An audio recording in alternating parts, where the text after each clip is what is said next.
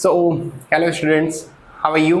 आई hope कि आप सभी बहुत अच्छे होंगे। तो मेरा नाम है हर्षित और स्वागत है आपका मेरे यूट्यूब चैनल बायोलॉजी क्लासेस में। स्टार्ट करते हैं आज का अपना वीडियो। और आज मैं बात करने वाला हूँ जो NCISM में लेटेस्ट सिलेबस बनाया गया है स्टूडेंट्स के लिए, उसके बारे में बात करते हैं। और इस सिलेबस में हम लोग क्या क्या देखेंगे, इस सिलेबस में देखेंगे कुछ ऐसे कॉमन से जो नए टर्म हैं जो आप लोगों को पता नहीं है, उसके बारे में पढ़ेंगे। और बहुत सारे स्टूडेंट पूछते हैं कि फर्स्ट ईयर में कौन कौन सी बुक्स होती हैं, क्या क्या चीज़ें हमें कॉलेज में ले जाना पड़ता है और कौन कौन सी चीज़ें कॉलेज हमें प्रोवाइड करता है। इन सारी चीज़ों के बारे में हम लोग इस वीडियो में बात करने वाले हैं। तो चलो स्टार्ट करते हैं। अब बिल्कुल आपको ये फील आने वाला है कि आप लोग मेडिकल कॉलेज में इंटर कर चुके हैं। तो ये कुछ ऐसी चीज़ें हैं जो शायद ना तो आपको टीचर्स आपको सिखाएंगे और आप भी इतना वक्त नहीं है आपके पास कि आप NCISM का सिलेबस खोल के पढ़ सकें। तो चलो देखते हैं क्या है NCISM में। तो BMS फर्स्ट ईयर में नया जो सिलेबस NCISM ने तय किया है उसमें क्या क्या चीज़ें हैं। तो सबसे पहला उन्होंने बताया है करिकुलम के बारे में। अब करिकुलम कुछ बच्चों के लिए नया टर्म होगा, कुछ ऑलरेडी जानते होंगे। तो क्या होता है, जिनके लिए नया टर्म है वो जान लें करिकुलम, और जिन्होंने सुन रखा है वो एग्जैक्ट मीनिंग इसका समझ लें। तो curriculum is defined as the guideline of the academic content covered by an education system while undergoing a particular course या प्रोग्राम। जब भी आप किसी पर्टिकुलर कोर्स या पर्टिकुलर प्रोग्राम में जाते हैं तो कोई ना कोई होते हैं जो आपके लिए एक गाइडलाइन तैयार कर देते हैं कि फर्स्ट ईयर में आपको ये पढ़ना है, सेकेंड ईयर में आपको ये पढ़ना है, कौन कौन से सब्जेक्ट होंगे, किस किस तरह से आपको पढ़ना है। ये सारी चीजें पहले से ही तय कर दी हैं किसने, एजुकेशन सिस्टम ने। और वही चीजें करिकुलम कहलाती हैं। नेक्स्ट, करिकुलम क्या होता है, has a wider scope which covers the knowledge, attitude, behaviour. क्या क्या चीजें हैं जो आपके करिकुलम में आपको सुधारना है या आपके अंतर्गत आती हैं। दैट इज नॉलेज, ठीक है। एटीट्यूड, अभी तक क्या है, अभी तक आप नीट की प्रिपरेशन कर रहे थे, कुछ बच्चे 12th में होंगे, ठीक है, फिर नीट की प्रिपरेशन कर रहे होंगे, कुछ ऑलरेडी 2-3 साल कर चुके होंगे। अभी तक एक स्टूडेंट का एटीट्यूड रहा है आपके अंदर। अब एक नया एटीट्यूड बनाना है कि आई एम द डॉक्टर। अब मेडिकल कॉलेज में है, आपका नजरिया, आपका बोलचाल, आपका पहनावा, हर चीज एक मेडिकल स्टूडेंट की तरह होना चाहिए। तो ये भी आपके करिकुलम में आता है। आपका बिहेवियर, आप लोगों से बातें कैसे करते हैं। अभी तक स्कूल में थे, छोटी छोटी बात में लड़ जाना, किसी को भी गाली गलौज कर देना, ये सारी चीजें आती थी। लेकिन अब जब आप एक मेडिकल स्टूडेंट हैं तो आप चाहकर भी किसी को बुरा भला नहीं कह सकते हैं। मैं फ्रेंड सर्कल की बात नहीं कर रहा, मैं सोशली बात कर रहा हूं। जब आप पब्लिक में जाते हैं तब आपको कैसा बिहेवियर रखना है ये भी आपको आपका करिकुलम सिखाएगा। मैनर्स, एक डॉक्टर, अगर आप गए हैं कभी हॉस्पिटल तो एक डॉक्टर का मैनर आपको बताता है कि हाँ वो सच में डॉक्टर है। उसके बोलने का तरीका, उठने बैठने का तरीका, खाने का तरीका, ये सारी चीज़ें एक डॉक्टर की अलग ही होती हैं। परफॉर्मेंस एंड स्किल, ये आप लोग अपनी तय करते हैं कि आपकी परफॉर्मेंस कैसी होगी और आपकी स्किल कैसी होगी। एक ही साथ पढ़ने वाले, एक ही क्लास में पढ़ने वाले हर बच्चे की स्किल अलग अलग होती है। तो ये आप पे डिसाइड करता है कि आप अपनी स्किल को कैसे बेटर बनाते हैं। दैट आर इम्पार्टेड और इनकलकेटेड इन अ स्टूडेंट। अब ये सारी चीज़ें करिकुलम में आती हैं और ये सारी चीज़ें क्या होता है, बच्चे के मन में डाली जाती हैं कि ऐसा ऐसा आपको करना है। तो ये सारी चीज़ें होती हैं करिकुलम के अंतर्गत। अब नेक्स्ट बात करते हैं ग्रेजुएट एट्रीब्यूट, GA। अब ये क्या होता है, अब आप इंटर कर रहे हैं ग्रेजुएशन में। ग्रेजुएशन का नाम आपने सुन रखा होगा। कुछ बच्चे ऑलरेडी हो सकता है BSc कर चुके हों, उसके बावजूद फिर BMS लिया हो उन्होंने, या कुछ डायरेक्टली आ गए हैं। तो जो ऑलरेडी BSc कर चुके हैं वो तो ग्रेजुएशन कर चुके हैं, ये उनके लिए दूसरी ग्रेजुएशन है। लेकिन BSc और BMS दोनों में ज़मीन आसमान का अंतर है। और जो बच्चों ने ग्रेजुएशन नहीं किया उनके लिए फर्स्ट टाइम है। तो ग्रेजुएशन एट्रीब्यूट, ग्रेजुएशन एट्रीब्यूट क्या होता है, जब आप किसी चीज़ की डिग्री लेने जा रहे होते हैं, स्कूल में अलग लाइफ होती है, ग्रेजुएशन में अलग होती है। तो ग्रेजुएशन एट्रीब्यूट्स क्या होते हैं उसके बारे में समझते हैं। Reflect the particular quality and feature of characteristic of an individual. Graduate attribute एक अलग ही दिखता है। वो कहते हैं ना कि ये तो अरे अनपढ़ लग रहा है, पढ़ा लिखा होता ना तो ऐसी बात नहीं करता। छोटे छोटे लोग किसी भी चीज़ को बोल देते हैं, रिक्शा वाला हो, ऑटो वाला हो, तो तुरंत बोल देते हैं यार ये पढ़ा लिखा नहीं ना इसलिए ऐसे बोल रहा है, थोड़ा पढ़ा होता तो तमीज़ होती। हर बात पे पढ़ा लिखा टर्म आता है, तो इसका मतलब होता है कि जब आप ग्रेजुएशन में जाते हैं या आप पढ़े लिखे होते हैं और पढ़ाई भी अलग अलग होती है। कितनी हायर डिग्रीज आपने ले रखी हैं वो आपके बात करने का जो लहजा होता है वो बता देता है, ठीक है। क्यों? क्योंकि ग्रेजुएशन का अपना एक अलग ही एट्रीब्यूट होता है, वो आपको एक अलग ही पहचान देता है। तो वही चीज़ कह रहा है, रिफ्लेक्ट द पर्टिकुलर क्वालिटी, आपकी क्वालिटी को ही रिफ्लेक्ट करेगा, एंड फीचर ऑफ कैरेक्टरिस्टिक, और वो बताएगा कि आप ग्रेजुएट हैं। इंक्लूडिंग द नॉलेज, आपका ज्ञान बताएगा कि आप ग्रेजुएशन कर रहे हैं या कर चुके हैं, आपकी स्किल, आपका attitude and values that are expected to be acquired by a graduate through studies at the higher education institution। जब आप बड़े इंस्टीट्यूट में पढ़ते हैं, जैसे बीएससी आपने किया, किसी भी नॉर्मल कॉलेज से कर लिया जहां आपको जाना नहीं पड़ा या सिर्फ एग्जाम देने जाना पड़ा, तो इतना ज़्यादा फर्क नहीं पड़ेगा। लेकिन जब मेडिकल कॉलेज में एंटर करते हैं, एक बड़े इंस्टीट्यूशन में आप जाते हैं, तो बहुत सारी चीज़ें हैं जो आपको अलग करनी पड़ती हैं। अपना नॉलेज, अपने स्किल, अपना बिहेवियर, अपना एटीट्यूड, ये सारी चीज़ें आपको रखनी ही होंगी। ये खुद NCISM ने ऐसा बताया है कि अपने आप को अगर ऐसे नहीं है तो ऐसे बनाओ, ठीक है। आप में झलकना चाहिए कि आप एक डॉक्टर हैं, बनने नहीं जा रहे हैं, मेडिकल कॉलेज में एंटर हो गए हैं, तो ये चीज़ नज़र आनी चाहिए। Performing well in a chosen career. अब कुछ बच्चे ऐसे भी होते हैं कि अरे यार MBBS नहीं मिला तो BMS ले लिया, मन तो नहीं कर रहा BMS पढ़ने का, पता नहीं क्या ही है, BMS का ऐसा सिलेबस है, जो बच्चे पढ़ना भी चाहते हैं तो नहीं पढ़ पाएंगे। मैं सीरियसली बता रहा हूँ, एक ट्रुथ बता रहा हूँ, आप लोगों का 6 महीने तो ऐसे ही निकल जाएगा यही सोच सोच के कि ये हम पढ़ के आ रहे हैं। हमने कभी सुना नहीं आज तक 12th तक के करियर में या नीट की प्रिपरेशन में कभी भी आपने आयुर्वेद के बारे में नहीं सुना होगा। मैं कंफर्म ये कह सकता हूँ, ना किसी ने बातें करी होंगी, ना किसी ने बताया होगा कि आयुर्वेद का सिलेबस क्या होता है, आयुर्वेद में क्या पढ़ना होता है, कहीं भी नहीं आता। सडन आप जब BMS करते हैं, आयुर्वेदा मेडिकल कॉलेज में एंटर करते हैं, तो एक अलग ही दुनिया होती है, एक अलग ही तरह की नॉलेज आपको दी जाती है। तो बहुत सारे बच्चों का वक्त निकल जाता है ये समझने में कि पढ़ना है या नीट की फिर से प्रिपरेशन करनी है। तो वही चीज़ यहाँ पर बताया गया है कि performing well in a chosen career. अब आपकी जो भी पास्ट लाइफ रही हो उसे अलग कर दो। अब आपने करियर चूज कर लिया है कि मुझे आयुर्वेदिक डॉक्टर बनना है, तो फिर अपने आप में बहुत अच्छा परफॉर्म करने की कोशिश करो जो भी करियर आपने चूज किया है। And playing a constructive role as a responsible citizen in the society. और अब BMS ले ही लिया है तो हमेशा अपने आप को ये दिखाओ कि आप एक आयुर्वेदिक डॉक्टर हो। कभी भी अपने आप को इंफीरियर फील मत करो कि MBBS नहीं मिला है तो फिर BMS करना पड़ रहा है, हम लोग तो छोटे डॉक्टर हैं, वो लोग बहुत बड़े डॉक्टर होते हैं। ये सारी चीज़ें दिमाग से हटा दो।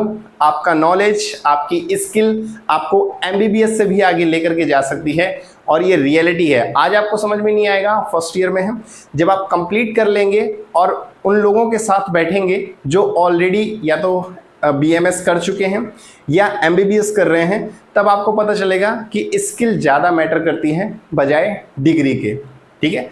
पेशेंट आपके पास आया, आपने उसे ठीक करना है, उसे नहीं मतलब पेशेंट को कि आप MBBS हो तो ज़्यादा अच्छा कर ले जाओगे, BMS हो तो ज़्यादा अच्छा कर ले जाओगे। उसका मेन मोटिव है उसकी बीमारी सही हो जाए, दैट्स इट। वो आप कैसे करेंगे? अपनी नॉलेज से।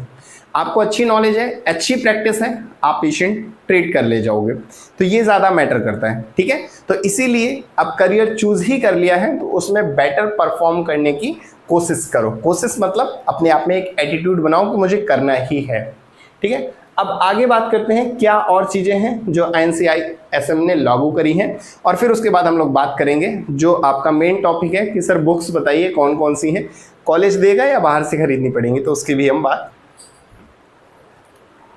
अब नेक्स्ट जो टर्म है NCISM ने बनाया है वो है प्रोग्राम लर्निंग आउटकम, या इसी को PO बोलते हैं। प्रोग्राम लर्निंग आउटकम को PO शॉर्ट फॉर्म में बोला गया है।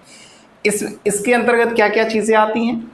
PO जो है वो आपका डील करता है general aspect of graduation for a BMS programme and to competencies and expertise a graduate will possess after completion of the program। Programme learning outcome या PO में आपके लिए NCISM ने तय किया है कि जब आपकी ग्रेजुएशन पूरी हो जाएगी, जब आपका BMS का डिग्री पूरी हो जाएगी, उसके बाद क्या क्या कंपटीशन है एक्सपर्टीज के द्वारा, वो सारी चीजें आपके लिए बताई गई हैं। अब BMS क्या होता है ये तो सभी को मालूम है ना, कोई ऐसा तो नहीं है कि आयुर्वेदा कर रहा है, BMS का रजिस्ट्रेशन कर रखा है, लेकिन अभी उसे मालूम ही नहीं है कि BMS का फुल फॉर्म क्या है। ठीक है, तो BMS का फुल फॉर्म याद रखना, bachelor of Ayurvedic medicine and surgery, bachelor of Ayurvedic medicine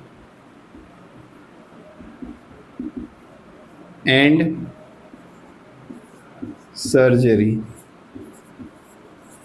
ठीक है, ये आपका BMS का फुल फॉर्म है। जिसे नहीं मालूम है याद कर ले, ऐसे बहुत सारे स्टूडेंट होंगे जिन्हें नहीं पता होगा, कई को MBBS का भी फुल फॉर्म नहीं पता होगा, तो हम लोग BMS की बात कर रहे हैं, इसलिए BMS का फुल फॉर्म आपको मालूम होना चाहिए।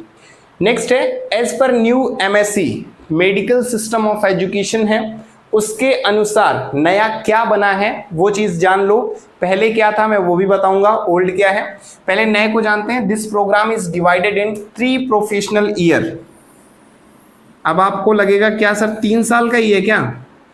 नहीं, 3 प्रोफेशनल ईयर बताए गए हैं और उसमें भी एक ईयर जो बोला गया है वो बोला है 1.5 ईयर ईच।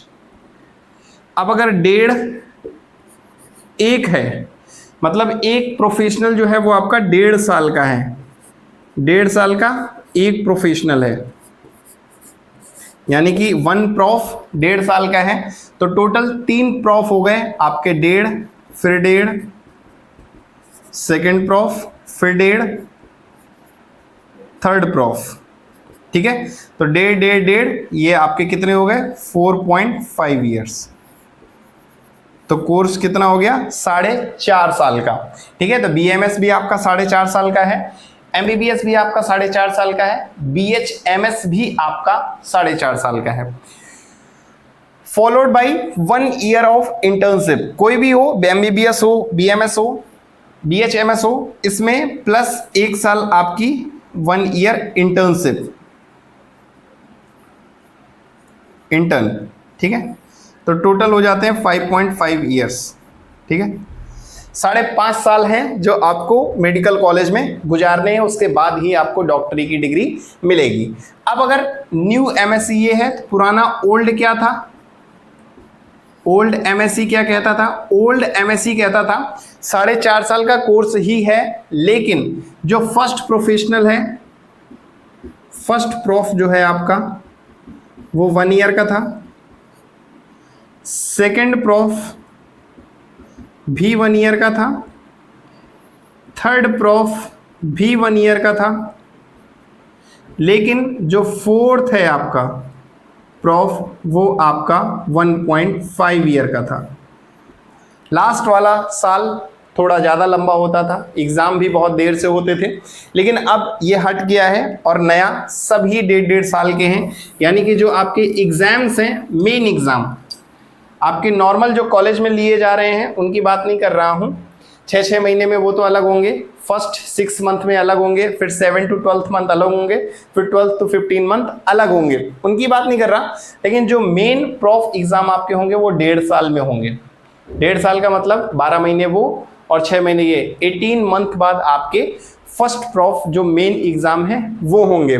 अब उसमें भी अगर आपकी सप्ली आ जाती है तो 6 महीने और लेट समझ लीजिए। ठीक है, तो 5.5 साल तो आपको कोर्स में लगने ही है, लेकिन अगर गलती से आपकी सप्ली आ गई या किसी एग्जाम में आप फेल हो गए, पास नहीं कर पाए, ठीक है, तो फिर आप और लंबा मान लीजिए। तो मेडिकल जो है वो इतना इजी नहीं है, बहुत लंबा प्रोसेस है, इसलिए आराम से आना, आराम से समझना। ठीक है, एटलीस्ट 6 से 7 साल लेकर के आना, तब इस फील्ड में इंटर करना। ये चीज़ें आपको कोई बताएगा नहीं, सिर्फ बहुत आसानी से लोग बता देंगे 4.5 साल का कोर्स है, कर लो, हम भी यही सोच लेते हैं, लेकिन 4.5 साल का नहीं है, मिनिमम 6 से 7 साल हैं आपके पास, तभी मेडिकल कॉलेज में इंटर करना। ठीक है, अब ये सारे तो करिकुलम और ये सारे प्रोग्राम्स जो NCIS ने बताया है, ये वैसे ज़रूरत नहीं थी, लेकिन फिर भी कोई बताता नहीं है तो मैंने आपको एक्सप्लेन कर दिया कि आपके बारे में ये सारी चीज़ें भी सोची जाती हैं, लेकिन कभी भी जो टीचर्स हैं वो आपको ये सब बताते नहीं हैं कि क्या क्या कंपटीशन आएगा, जब आप डिग्री कर लेंगे तो उसके बाद क्या होगा, क्या वाकई में जॉब मिलेगी, क्या वाकई में हम अच्छे डॉक्टर बनेंगे। ये सारी चीज़ें टीचर्स नहीं बताते, हालांकि उन्हें शेयर करनी चाहिए क्योंकि वो उस फील्ड से गुजर चुके हैं, लेकिन फिर भी मैं आपको धीरे धीरे पढ़ाता रहूँगा और ये सारी चीज़ें समझाता रहूँगा। अब आते हैं मेन इंपॉर्टेंट चीज़ में जिसके लिए आप बहुत बेताब हैं। अब बात करते हैं कौन कौन सी बुक्स हैं और कितनी बुक्स हैं, ये सारी चीज़ें हम लोग बात करते हैं कि फर्स्ट ईयर में वो बुक्स दिखाऊंगा भी और बताऊंगा भी कि कट करते हैं। सबसे इम्पॉर्टेंट चीज़ जो आप जानना चाहते हैं कि BAMS फर्स्ट ईयर की जो बुक्स होती हैं वो कौन कौन सी होती हैं, तो चलिए उसके बारे में बात करते हैं। कुछ चेंजेस हैं जो पहले नहीं थे मेरे टाइम में, लेकिन अब NCISM में नए सिलेबस में ऐड कर दिया है, तो क्या चेंजेस हैं उसकी बात करेंगे। अब बात करते हैं first professional BAMS has 5 courses, या 5 कोर्स होते हैं या 5 सब्जेक्ट आप कह लें। 5 सब्जेक्ट में कौन कौन से हैं, अगर एक तरफ हम देखें तो कोर्स कोड है, नॉर्मली इन लैंग्वेज से आप डिनोट करेंगे, और दूसरी तरफ नेम ऑफ द कोर्स, इन्हीं कोड का फुल फॉर्म लिखा हुआ है। तो सबसे पहले इन 5 में से अगर हम बात करें AYUG, तो इसका मतलब है आयुर्वेदा की, UG की जो बुक है वो है पहली SN एंड AI। अब AI का मतलब ये नहीं है कि आर्टिफिशियल इंटेलिजेंस है ना, नई चीज़ आई है, इसका मतलब ये नहीं कि NCISM ने इसे भी ऐड कर दिया है।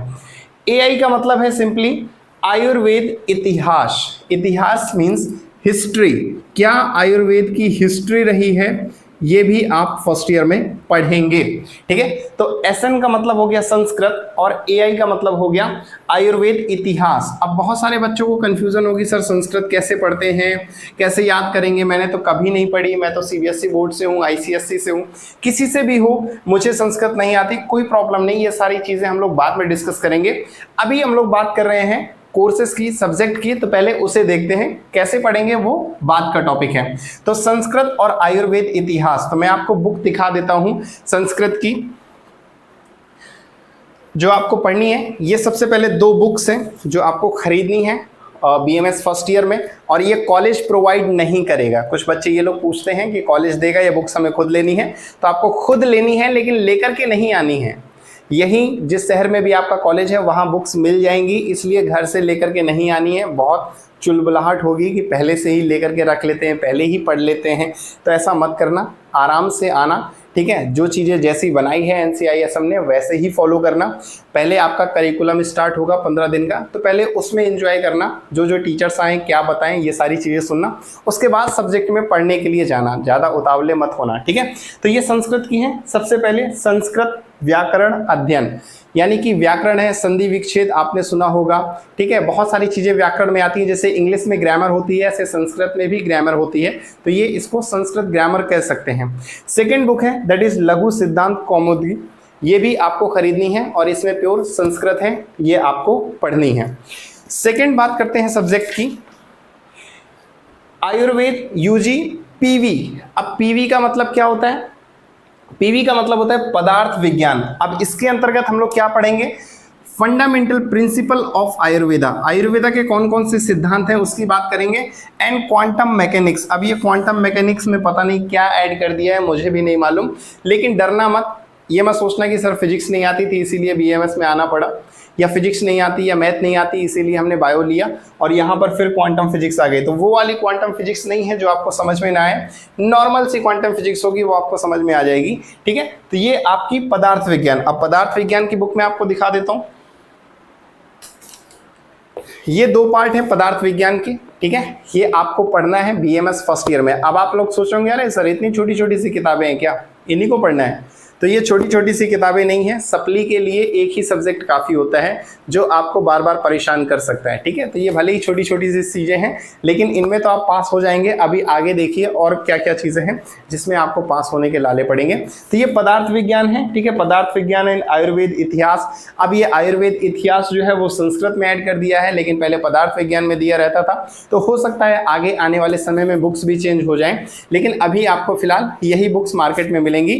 तो ये चीज़ें आप देख लें या स्नैपशॉट ले लें, या मैं डाल दूंगा अपने कम्युनिटी पोस्ट में कौन कौन सी बुक होती हैं, तो वो चीज़ आप ले लें। अब कुछ बच्चे ऐसे होंगे कि इंग्लिश में समझना है, तो इंग्लिश के लिए पर्टिकुलर अलग बुक आती हैं, लेकिन कोशिश यही रखना कि जिसमें श्लोक हैं या जिसमें हिंदी है वही पढ़ें, क्योंकि इंग्लिश में अगर आप लिखते हैं तो मार्क्स तो वैसे नहीं कटेंगे, लेकिन फिर भी कई बार ऐसी चीज़ें होंगी जो हिंदी में समझनी आसान होती है, इंग्लिश में उतनी आसान नहीं होंगी। बट फिर भी ये आपकी चॉइस है, आप इंग्लिश में पढ़ें, हिंदी में पढ़ें, जैसा भी आप चाहें वैसी बुक ले सकते हैं। ठीक है, तो ये पदार्थ विज्ञान की बुक हो गई। नेक्स्ट तीसरी बात करते हैं AYUGKS। तो ये AYUG यानी आयुर्वेद UG, ये इसका कोड है। KS क्रिया शारीर, नाम से ही समझ में आ रहा है शरीर में कौन कौन सी क्रियाएं चल रही होती हैं उनके बारे में अगर जानना हो तो क्रिया शारीर, जिसे नॉर्मल हम लोग बोलते हैं ह्यूमन फिजियोलॉजी, एनसीईआरटी में आपने पढ़ा है चैप्टर 16 से चैप्टर 22 तक। अब एनसीईआरटी भी चेंज हो गई है, मुझे नहीं पता रिसेंट में कितने चैप्टर्स ह्यूमन फिजियोलॉजी से हट गए हैं, लेकिन पहले डाइजेशन, एब्जॉर्प्शन, उसके बाद breathing and exchange of gases, ये सारे चैप्टर्स आपके थे। लास्ट में कोऑर्डिनेशन वाला चैप्टर, कोऑर्डिनेशन एंड इंटीग्रेशन था 22nd चैप्टर, तो वहाँ पर आपने पढ़ा है, वही यहाँ पर पढ़ना है, लेकिन डिटेल नॉलेज। वहाँ पर आपने छोटी छोटी सी चीज़ें देखी थी, नॉर्मल से चीज़ें देखी थी, यहाँ हमें ब्रॉड पढ़ना है, डिटेल में पढ़ना है। ठीक है, तो क्रिया शारीर की बुक मैं आप लोगों को दिखा देता हूँ। ये है क्रिया शारीर। अब कुछ बच्चे हंस रहे होंगे, सर क्रिया शारीर की बुक ये है, इससे ज़्यादा तो हमने एनसीईआरटी में पढ़ा। तो ये तो सिर्फ आयुर्वेद है। अब आप नाम देखेंगे बीएमएस का, तो bachelor of Ayurvedic medicine and surgery, सिर्फ आयुर्वेदा नहीं है, मेडिसिन और सर्जरी यानी मॉडर्न की भी इसमें चीज़ें हैं। तो ये तो आयुर्वेदा वाली बुक हो गई आपकी शरीर क्रिया विज्ञान यानी क्रिया शारीर की, लेकिन इसी के साथ एक बुक और है जो मॉडर्न की है और वो आपको ख़रीदनी पड़ेगी, और वो ये है। इससे आपको ह्यूमन फिजियोलॉजी पढ़नी है। ठीक है, that is essential of medical physiology. Edition change हो गया होगा, ये पुराना वाला है, के सेम्युलिंगम, और यही सेम्युलिंगम एमबीबीएस वाले स्टूडेंट्स भी पढ़ते हैं। तो ये आपको फर्स्ट ईयर में खरीदनी है और इसे ही डिटेल स्टडी करनी है ह्यूमन फिजियोलॉजी के लिए। नेक्स्ट फोर्थ सब्जेक्ट या फोर्थ बुक है AYUGRS। AYUG कोड है, RS अभी हमने बात करी क्रिया शारीर की, यहाँ पर RS है, यानी कि अब बात करेंगे रचना शारीर। अब डिफरेंस क्या होता है, क्रिया शारीर, शरीर में कौन कौन सी क्रियाएं चल रही हैं, ह्यूमन की फिजियोलॉजी क्या है, वो हो गई क्रिया शारीर। लेकिन रचना शारीर, शारीर हमारा बना कैसे है, उसकी रचना कैसे है, आकृति कैसे, क्या चीज़ कैसे बनी हुई है, यानी कि एनाटॉमी की अगर हम बात करें दैट इज रचना शारीर। तो ह्यूमन एनाटॉमी की अगर हम बात करें दैट इज रचना शारीर। नाम याद रखना, थोड़े से कंफ्यूजन है लेकिन हिंदी में समझा रहा हूँ। क्रिया का मतलब शरीर में जो जो क्रियाएं चल रही हैं, फिजियोलॉजी क्या है, वो क्रिया शारीर। लेकिन रचना बना कैसा है, उसकी आकृति कैसी है, रचनाएं कैसी है, दैट इज एनाटॉमी। तो ह्यूमन एनाटॉमी दैट इज रचना शारीर। अब मैं रचना शारीर की आपको बुक दिखाता हूँ, दिल थाम के बैठना। अभी लग रहा होगा आयुर्वेद में इतनी सी तो बुक है, क्या ही है आयुर्वेदा, लेकिन अब आ रहा है मेन, जिसमें बच्चों की सबसे ज़्यादा सप्ली आती है और जिसमें सबसे ज़्यादा लाले पड़ते हैं पास करने में। बात करते हैं रचना शारीर की। तो ये आपकी रचना शारीर की बुक्स, ठीक है, इसे पास करना ही आप लोगों के लिए बहुत बड़ी चुनौती होगी फर्स्ट ईयर में। अगर इसे पास कर लिया तो फिर शायद फर्स्ट ईयर पास होने से आपको कोई नहीं रोक सकता। अब आपको लग रहा होगा अरे सर ये तो इतनी पतली सी है, इसको कौन नहीं पास कर लेगा। तो ये पतली नहीं है, ये सिर्फ आयुर्वेदा है। इसके साथ मॉडर्न भी है और मॉडर्न में आपको दिखाता हूँ, गौर से देखना। ये है that is PD Chaurasia, formerly known as BDC, और यही सेम फर्स्ट ईयर में MBBS वाले भी पढ़ते हैं ह्यूमन एनाटॉमी को समझने के लिए। और अब आप लोगों को लग रहा होगा बस सर इतना ही पढ़ना है, ये सिर्फ एक पार्ट है, ऐसे ही 4 पार्ट और हैं। ये है टोटल फर्स्ट, सेकंड, फिर ये थर्ड और ये फोर्थ, 4 इसके पार्ट हैं जो आपको पढ़ना है, टीचर आपको पढ़ाएंगे। और अगर ये पास कर लिया तो आप BMS में फर्स्ट ईयर में समझो पास हो गए। ठीक है, तो ये आपको चारों पार्ट पढ़ने हैं। अब देख के लग रहा होगा अरे वाह मज़ा आ जाएगा रचना शरीर पढ़ने में। तो सेम MBBS वाले भी यही पढ़ते हैं, इसलिए अपने आप को अलग मत समझें। अगर अच्छी नॉलेज, अच्छी प्रैक्टिस रखनी है तो ये BDC आपको बहुत अच्छे से आनी चाहिए। अब मानता हूँ वीडियो बहुत लंबा हो गया, लेकिन कहीं ना कहीं कुछ चीज़ें होंगी जो आपने सीखी होंगी और ये शायद आपको कोई और नहीं सिखाएगा। इसलिए इस वीडियो का आखिरी और आपके कोर्स का आखिरी, आपके सब्जेक्ट का आखिरी जो टॉपिक है वो है AYUG SA1। SA1 क्या होते हैं? अब आपके वो एग्ज़ाम नहीं है जो चलते थे 12th में, SA1 SA2। यहाँ पर SA1 का मतलब हो गया संहिता अध्ययन। संहिता मेन आयुर्वेदा संहिताएं ही होती हैं। ये बाकी चीज़ें तो MBBS वाले भी पढ़ लेते हैं, ये BDC BHMS में भी चलती है, नर्सिंग वाले भी यही पढ़ते हैं, लेकिन संहिताएं जो हैं वो सिर्फ आयुर्वेद के स्टूडेंट पढ़ेंगे। और ये संहिताएं कोई छोटी मोटी चीज़ नहीं है, ये संहिताएं हैं वो वेद जिसके द्वारा पूरी दुनिया चल रही है। आपने वेदों के नाम सुने होंगे, यजुर्वेद, अथर्ववेद, सामवेद, ऋग्वेद। ये वेद जो हैं यही संहिताएं कहलाते हैं। आयुर्वेद जो आया है वो आपका अथर्ववेद से निकल के आया। अथर्ववेद अपने आप में बहुत बड़ा वेद है, लेकिन उसका छोटा सा नॉलेज जो है वो आयुर्वेदा है। वही आयुर्वेदा आपको पढ़ना है और वो किस में आते हैं? संहिताओं में आते हैं। तो सबसे मेन जो है वो है आपका संहिता अध्ययन।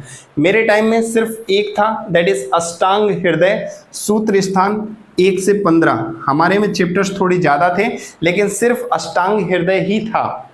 अब आपके इसमें जो नया करिकुलम में नया NCISM ने सिलेबस में ऐड किया है वो है चरक संहिता।